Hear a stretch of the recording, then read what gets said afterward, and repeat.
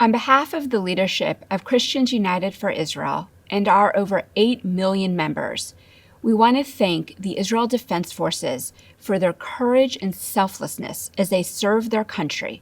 To the IDF, we want you to know that you have the full support of millions of CUFI members and the love and prayers of millions of Christians over you every day. Outside of Israel, we know that the enemies you face are also our enemies. The battle you fight is also our fight. As your brothers and sisters, we stand with you and with all the people of Israel, and we humbly say thank you. Thank you for sacrificing so much to make Israel and her people stronger and safer. Because of you, the United States and the rest of the world are stronger and safer too. Hey everyone, Erick Stakelbeck here, host of CUFI's weekly television show, The Watchman. We've got something very special for you today. Lieutenant Colonel Jonathan Conricus is the international spokesman for the Israel Defense Forces. Known for his articulate style and diplomatic demeanor, Jonathan is one of Israel's finest warriors on one of its most pivotal battlefields, the international media. During his first stint in the IDF, Jonathan served in Israel's elite Givati Infantry Brigade. A tireless defender of Israel and a true friend to CUFI, Jonathan has appeared numerous times on CUFI-produced content, including, alongside me, on our Watchman television show. Ladies and gentlemen, Lieutenant Colonel Jonathan Conricus. Thank you, Eric. I'm Lieutenant Colonel Jonathan Conricus. I'm the IDF's international media spokesperson. I'm thrilled to be doing this with you, Eric. I probably would be happier to be on the stage together with you in DC at a real conference, but the good side of doing a virtual conference is that we have gotten together from the different ends of Israel, from the north, the south, and the center, IDF commanders who deal with the most sensitive and important military missions that we deal with today. When you think of it, the IDF is a small military. It's mighty, but it's small, which has to deal with military threats ranging from stones to weapons of mass destruction and everything in between. That calls for a large military, best equipped, and with the best people. And what we'll be able to show you today is an exclusive inside look at the people who lead these efforts. They'll tell you what we're dealing with and how we're dealing with the military threats. And I think that they'll also have a few important things to say about the strength of the bond between us and the United States of America. So without further ado, let's start with our northern border, where there's a brigade commanded by an IDF colonel that defends Israeli civilians against the threats posed by the Iranian-backed proxy Hezbollah in Lebanon. Colonel Ro'i Levy. Colonel Ro'i, thank you for being with us. Thank you, Jonathan. My name is Ro'i Levy. I'm a colonel. My responsibility is on the north border of Israel, from Rosh Hanikra to Malkia. Colonel Ro'i, thank you for being with us. Tell us a little bit about the Israeli civilians that you are responsible for defending along the northern border with Lebanon. I have under my command and in my region 56 villages, 198,000 civilians that go to work every day, work as farmers, work as in technology, and live their life over here. And our responsibility is to let it happen, let everyone live. That's one. Two, I want to talk to you about the Hezbollah. Hezbollah controls all south of Lebanon. Everyone that gets in or near the border need to pass their approval. It happens in a very close cooperation with the South Lebanon Army. You could see who's the dominant in this region when Hezbollah almost give orders to South Lebanon army. You see Hezbollah terrorists that goes inside their patrols, inside their cars, and they are becoming more and more close and very cooperative together. This is about a little bit the cooperation between them. Thank you, Colonel Ray. How would you describe the current situation in southern Lebanon? I have a metaphor. The one that controls South Lebanon is like a chess game. It's not a game, it's a war, but it's a mind game. The queen, I might say the Black Queen, controls. She's the strongest. The Black Queen is Hezbollah. The soldiers are the South Lebanon army. They cannot move. They are not strong, and whatever the queen tells them to do, they are doing. This is a little bit about the dynamica from my point of view about the Hezbollah and the South Lebanon army. The UN is doing their job. Need, from my point of view again, to be more dominant and more active, but we are cooperating with them, they are cooperating with us, and it seems okay. That's the grade I'm going to give. Thank you, Colonel Ray. Now, it doesn't look as if you're broadcasting from your office. Where exactly are you? Where am I?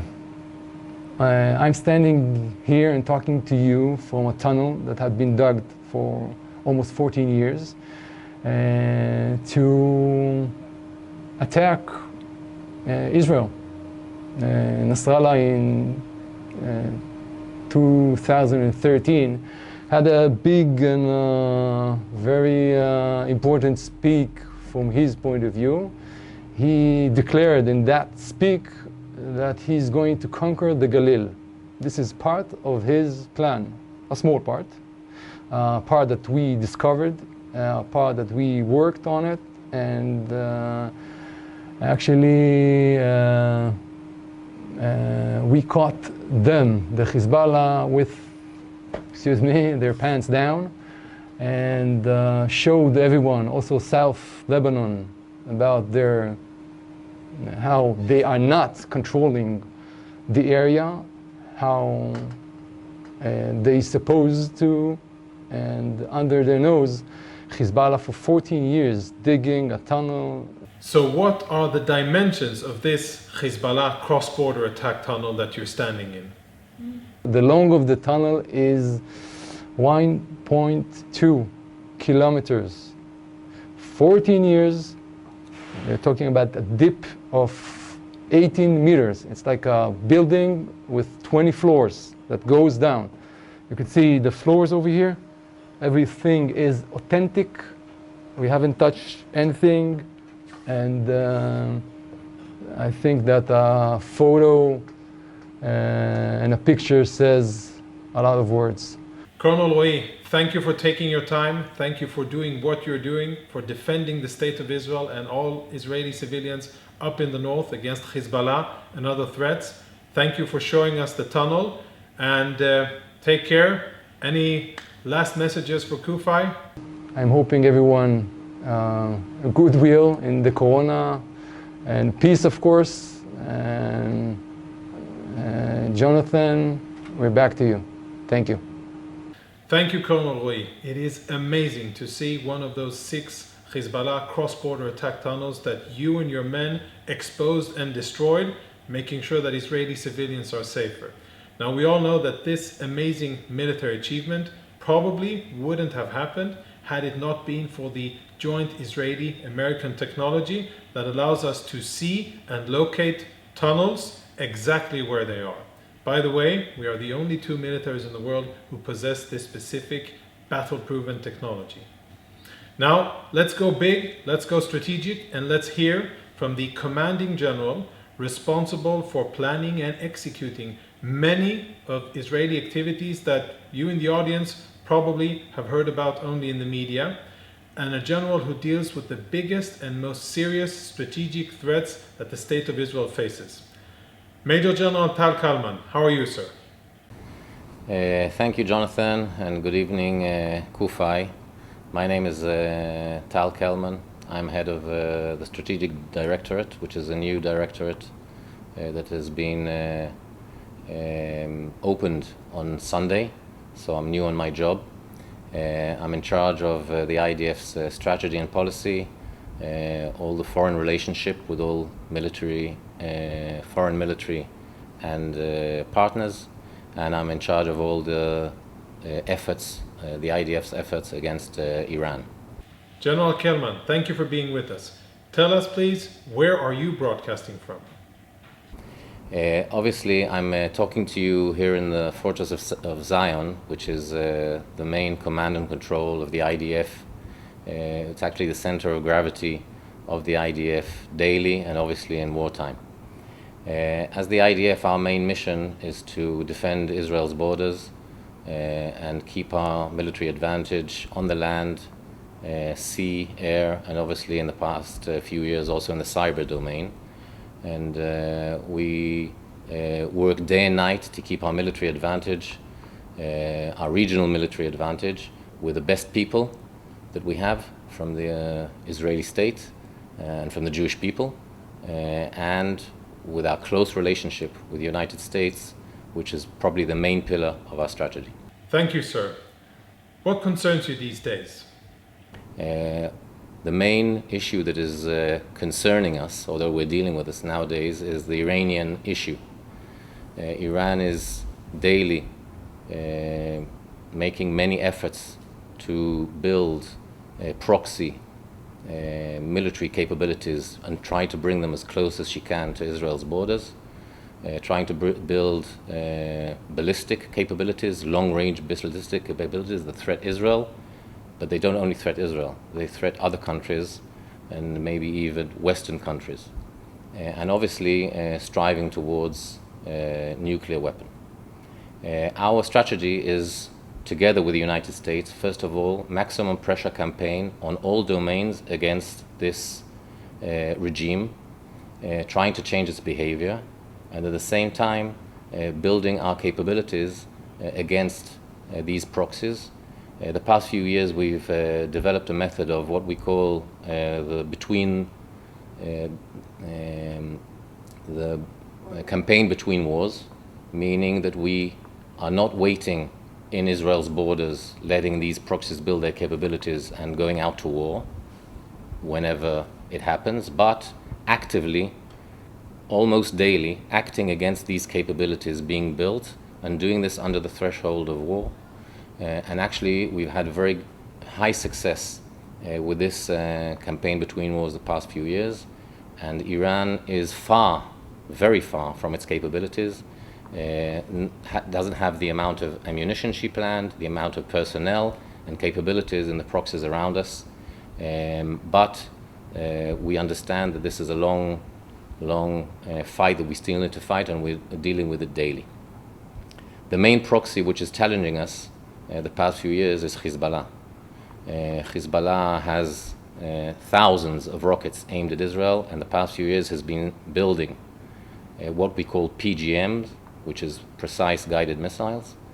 These missiles threat Israel because Israel is a small country, has a few strategic targets, and this is a threat that we are not prepared to live with. And our strategy against this is obviously, first of all, maximum pressure campaign against Hezbollah and financial pressure on the Lebanese government, which is responsible for Hezbollah acting in its territory, and other military methods that I can't talk about all of them, but what I want to say is that Israel will not let Hezbollah build massive amounts of PGMs on their ground.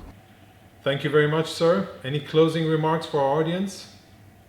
I want to finalize my things by saying that the IDF is a strong army, a very strong army, much stronger than all its enemies around here. A lot of that is based on the close relationship between Israel and the US, which we understand is a long-going relationship. It goes back in history and it will go back for many years ahead. And that is also due to your support of Israel and your personal support to everyone who's listening to me just now. So it's my opportunity to say thank you and to assure you that we will continue striving to achieve our goals without blinking. Back to you, Jonathan. Thank you, Major General Kelman, head of the IDF Strategic Directorate. Now, we all know that the IDF is known to be and perceived as a very strong military in the Middle East. We also know that the IDF and the US Armed Forces, the different services and branches, we train together, plan together, and we even share intelligence. But I want to show you perhaps the mightiest, and that's in Hebrew that's called Adir, perhaps the mightiest example of sharing knowledge and sharing the same platform that exists between the IDF and the US Armed Forces. Let's go to the base commander of the Nevatim Air Force Base down in the extreme south of Israel to see firsthand the commander of that base. Good evening to you, General. Thank you, Jonathan, and good evening to all our friends in CUFI. My name is Omer Tischler. I'm a fighter pilot and the commander of Nevatim Air Force Base, from which we operate our two F-35 squadron here in Israel. I'd like to say a few words about our deep cooperation with the Joint American Forces. Over the last year, we have a few very important exercises, specifically aerial exercises with the Joint American Forces. One of them is the Blue Flag. We had another one is the Juniper Cobra, and a third very important exercise was the Enduring Lightning. Those exercises helps us better understand the capabilities and the superiority of the F-35. But more than that, we operate here in the Middle East. This is the true operational arena. Working with the American allies here projects power over our enemies. I believe, my opinion is that our enemies don't really understand what we do. They don't see what we do, but they see that we are working together as partners, allies, and that project power. It is part of our national security. The Adir is not just an aircraft. The Adir helps us have better capabilities with regards to national security aspects. As you may know, we already operate with the F-35 in the operational arena. This information is shared with our allies, with one ally, with the American Joint Forces. Sharing that information, those capabilities, the very operational sensitive information, show how deep is our cooperation and trust that is based on shared values. This is it, Jonathan. I'd like to thank you so much for having me in this special event, and thank you all. Good evening. Thank you, Brigadier General Tischler, commander of the Israeli Air Force Base Nevatim in southern Israel. Now, what you've seen are small and exclusive examples of what the IDF does, how we defend along our borders, how we plan and train together with our American partners, and how we plan and execute our most sensitive and strategic operations far away from our borders. On behalf of the IDF, I would like to reiterate and say how much we appreciate and value the bond between the State of Israel and the United States of America, and more importantly, the unbreakable bond between the IDF and the US Armed Forces. We value your support, we value your commitment and your love to the State of Israel and the IDF, and thank you for all that you do. Thank you, CUFI. Eric, back to you. Jonathan, thanks so much for joining us. There is so much to talk about, but let's start with Iran. Why is it so crucial that Iran and Hezbollah do not establish a foothold on the Golan Heights near Israel's border? And how is the Assad regime in Syria helping them? Thank you, Eric, for that question. So let's zoom out a bit and think about what Iran is trying to achieve. They have spent billions of dollars over many years in trying to bridge one big challenge that they have. The big challenge is that Iran is over here and Israel is here.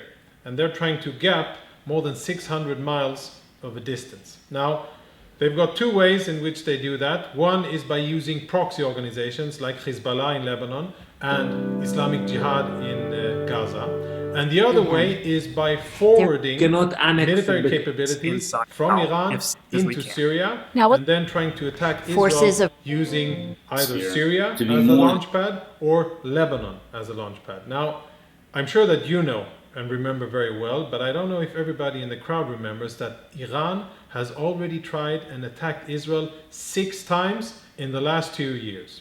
All of those attacks came from Syria, which also means that the Assad regime is responsible for those attacks. All of those attacks were thwarted by the IDF. Fortunately, there were no casualties and no substantial damage. And as you also know, every time they attacked us, we made sure to retaliate in kind and make sure that they get the message that attacking Israel from Syria is an exercise in futility and that we won't allow the Iranians to establish themselves militarily in Syria and to open up a second front in the north against Israel.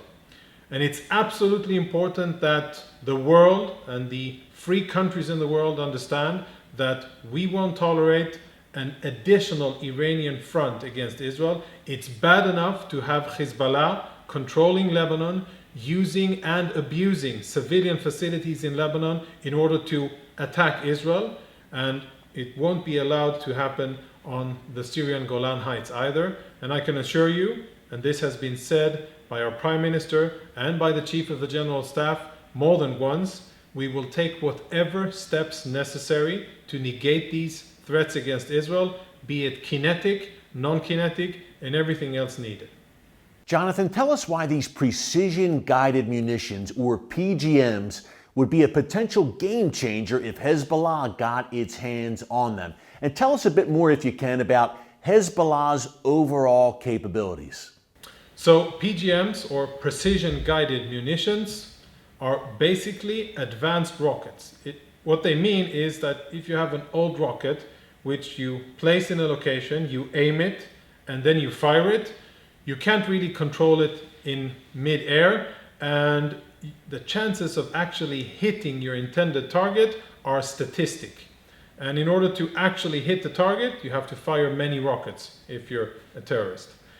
The big difference with PGMs are that you can fire them and you steer them in flight, and they have a target area of about 150 feet. Now imagine a terrorist organization like Hezbollah having the ability to strike almost pinpoint accuracy any target in Israel. Imagine utilities, imagine ports, airports, imagine our symbols of state, and imagine the most sensitive areas in Israel, all within range and all within capacity of Hezbollah to attack. That is why we are so adamant about the fact that this is a strategic threat against Israel. And as General Kelman told us about before, it's something that we're operating day and night using our excellent intelligence and using our Air Force and other assets that we have at our disposal to negate and make sure that this will not actually turn into a threat that will menace Israeli civilians and endanger our economy and our most sensitive facilities. That's the importance of PGMs. That's what we know what Hezbollah is doing. And you know what? I'll like to add one more thing. We've gone public and we have exposed to the world where Hezbollah is developing turning these rockets into missiles. You know it, but it's worth saying again. All of these missiles are being produced inside Lebanese homes, in the capital Beirut, and in other places around Lebanon. And what they're doing is using civilian facilities in order to develop weapons that they, Hezbollah, will plan and will try to fire at our civilians. So that's a double war crime in one act. And I think that's worthy of mention as well when we speak about what Hezbollah is, what it's doing, and why it is such a significant threat to Israeli safety and to regional stability. Jonathan, last question. How has the IDF adapted in this age of COVID-19 and played a role in fighting this global pandemic? Yes, well, regarding COVID-19, or as we refer to it here, Corona, it is a challenge of a different kind that the IDF very early on understood the possible implications of, and we got clear guidance from our chief of staff who said, your priority number one, even during Corona, will be to make sure that we, the IDF, can continue to defend our borders and keep all Israel safe at land, at sea, on the land, in the air, and in the cyber domain. So that has been our number one priority from March and until today. In addition to that, what the IDF has been doing is supporting national efforts, very similar to what's been going on in the US. We've seen the armed forces open hospitals and evacuate people and provide food, etc. We've seen that done in the US, and of course it's commendable. What the IDF has been doing in Israel has been rather similar. We have taken our greatest advantages, our discipline, our command and control structure, our logistic capabilities, and the fact that we are a military, we're accustomed to states of emergency, and most importantly, we're here in order to help. And what we've been doing is providing food and medicine. We have been doing testing for civilians and for military personnel.